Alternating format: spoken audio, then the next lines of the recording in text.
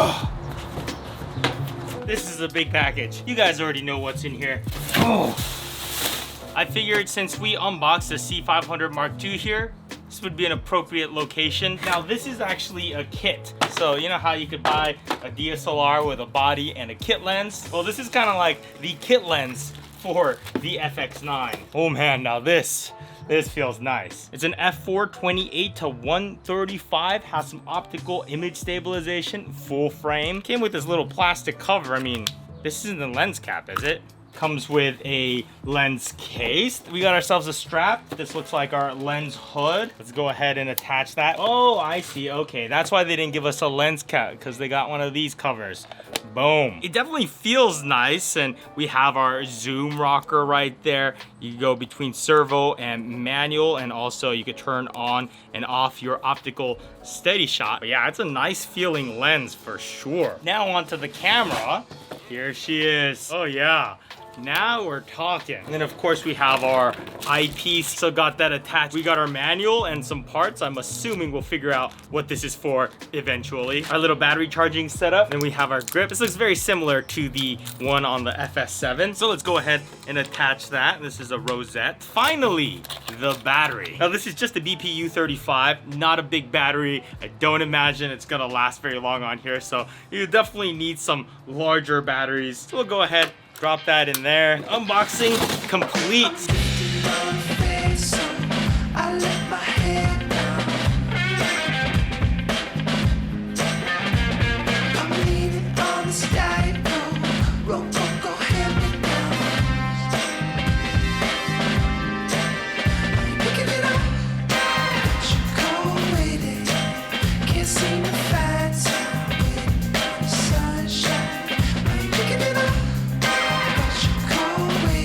So those shots that you just saw are completely uncolor graded shots shot in S-Cinetone. S-Cinetone was a color profile from the Venice. Now we have it in here. So that is cool. These shots were shot using the full frame sensor in 60p, but in this current firmware, that means we have to drop it down to 1080p. We will be able to shoot 60p in 4K in that version 2.0 firmware update. Firmware is going to be a big deal when it comes out because it's really going to up the capabilities. I think it's also 180 frames per second in full HD is also going to be a setting that's possible. I'm also excited to be able to navigate all this through the touchscreen in version 2.0 as well. I also kind of held it like this, where I had the handle down here and I pinned it in between my arm because I do kind of like that chest level shot and it felt pretty stable. I'm gonna get some shots in S-Gamma 3 Cine in S-Log 3. Let's see how that looks. That should give us a little bit more dynamic range to work with.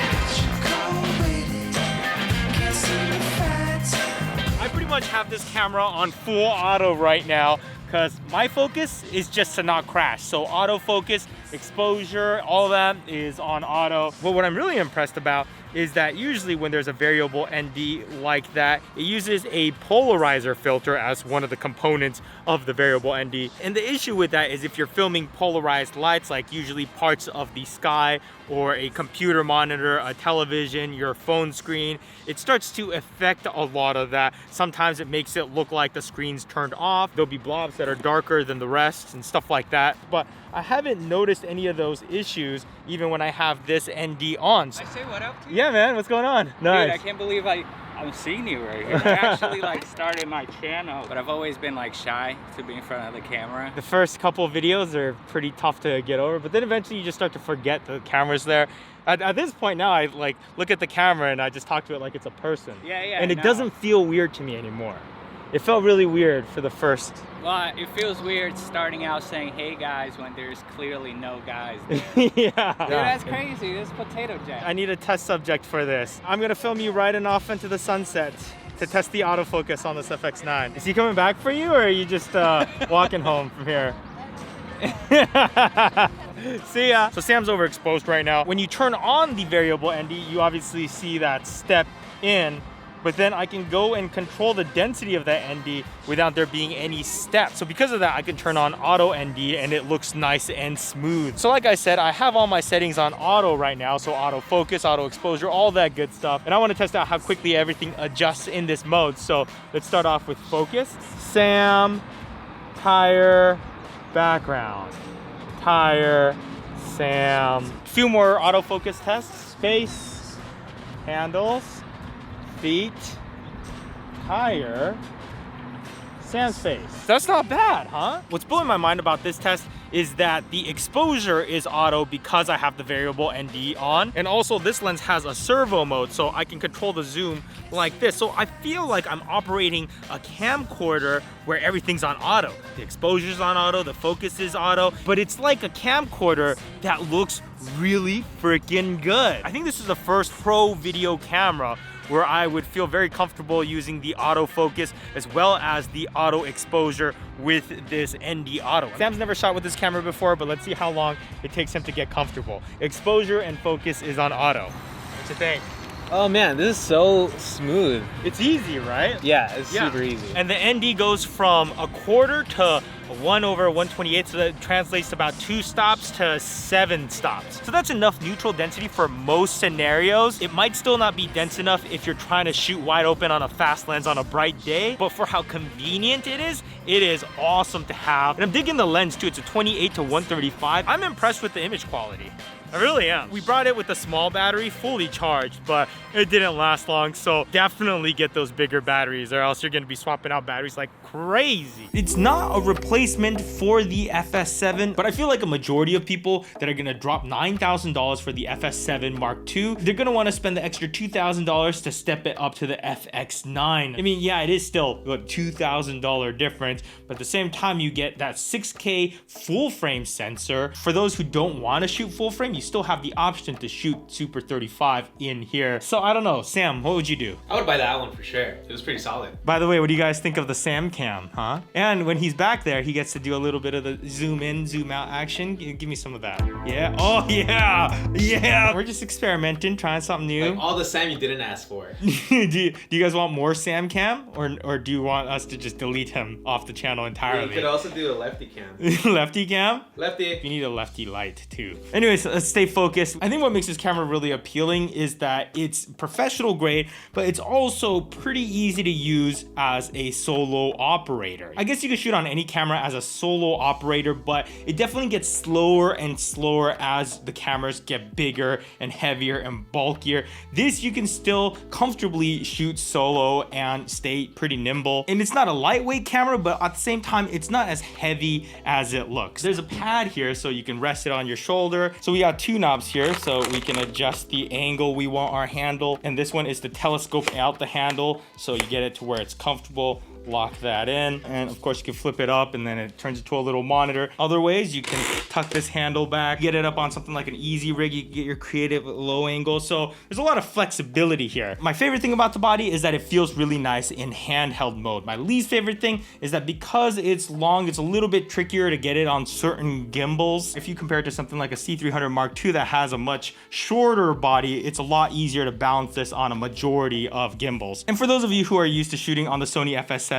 you'll feel right at home. I mean, it's smaller, huh? It is indeed smaller, Gene. I think the biggest difference is that it's shorter. 2 inches shorter? 3 inches shorter? So from the lens mount to the back of the camera, it's right around 8.5 inches on the FX9. On the FS7, it's only 8 inches. It's only half an inch difference. Sam said 2 inches. What an idiot. But I want to say this is definitely one of the most exciting cameras for the price range it's in. It's right around 11,000. Back here we have our battery. I threw in one of the larger batteries. And then back here we have our dual card slot. So we have 2 slots for XQD cards. You can do double slot recording or relay recording. So do you want to record at both cards at the same time so you have a redundant backup, or start from one and then it overflows into the second? So now it's time to boot it up. There's the on switch right right there. And this definitely can be intimidating at first because you look at it and like, oh, there's so many buttons. But once you start learning where everything is, you can start to navigate it pretty quickly. Actually, a lot of these buttons are user customizable buttons that aren't even programmed yet. So they're kind of just open slots for you to do whatever with. And again, if you're an FS7 shooter, you're gonna hop into this and feel right at home. We have our low, medium, and high. That's our gain or also our ISO. And you can preset what each of those means. So right now, my low is 320 ISO, mid is 640, and high is 1250. Depending on what kind of shoot you're about to go into,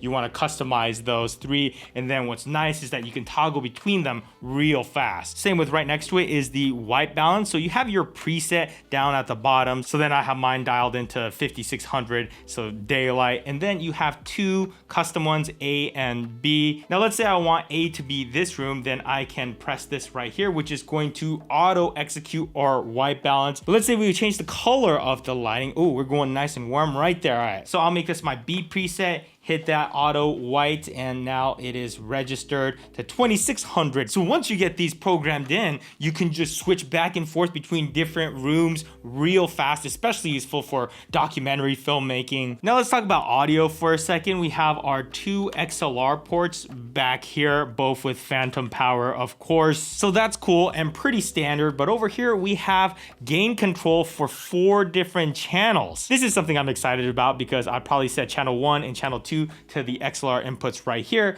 but you could also attach a module up here to get a 3rd and 4th XLR input. If I'm filming 2 people, I like to have them both wearing a lavalier and a boom mic. So that's 3 channels, and that's a pretty common setup that I use. And anytime I want to do 3 channels with a single camera, I usually have to have an audio recording device. But having up to 4 controls really opens some doors on how many people I can lob up and how many shotgun mics I can have running. So I'm really happy to see 4 channels on here. Of course, you always want a professional audio recordist when you can, but sometimes if you're in a pickle and you need to record a couple extra channels, you have that option on here. Love that. I am very curious about the low light capabilities, so let me darken up this room, and here is the image at 12,800 ISO. I did swap out the lens for the Tamron 28-75 f2.8, so it's gonna give us a little bit more light than we were getting earlier. But I'm sure if you use like an f1.4 lens, this will look bright. But how's it looking at 12,800 ISO? I still have a whole lot of testing to do on this camera, but first impressions,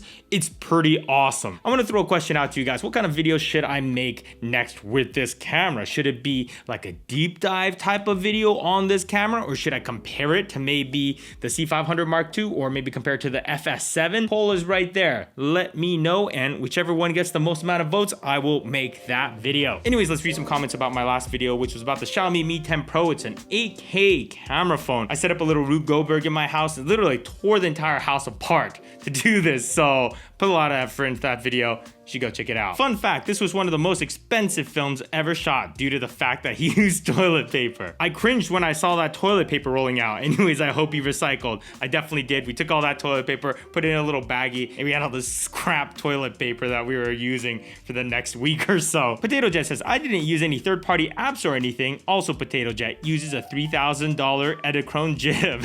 Okay, that is true, but the only reason why I used that jib is because I had it already. But if you're shooting on a phone, you could really get away with something much more basic and still get that same effect. But I swear, camera moves are so important. If you could get a nice smooth motion, like any camera will look 10 times better than if it was shaky. After the haircut, he looks like the guy from Shaolin Soccer. You guys might have noticed that when I started off this video, I had long hair, and by the end of it, I had short hair. Yay for continuity.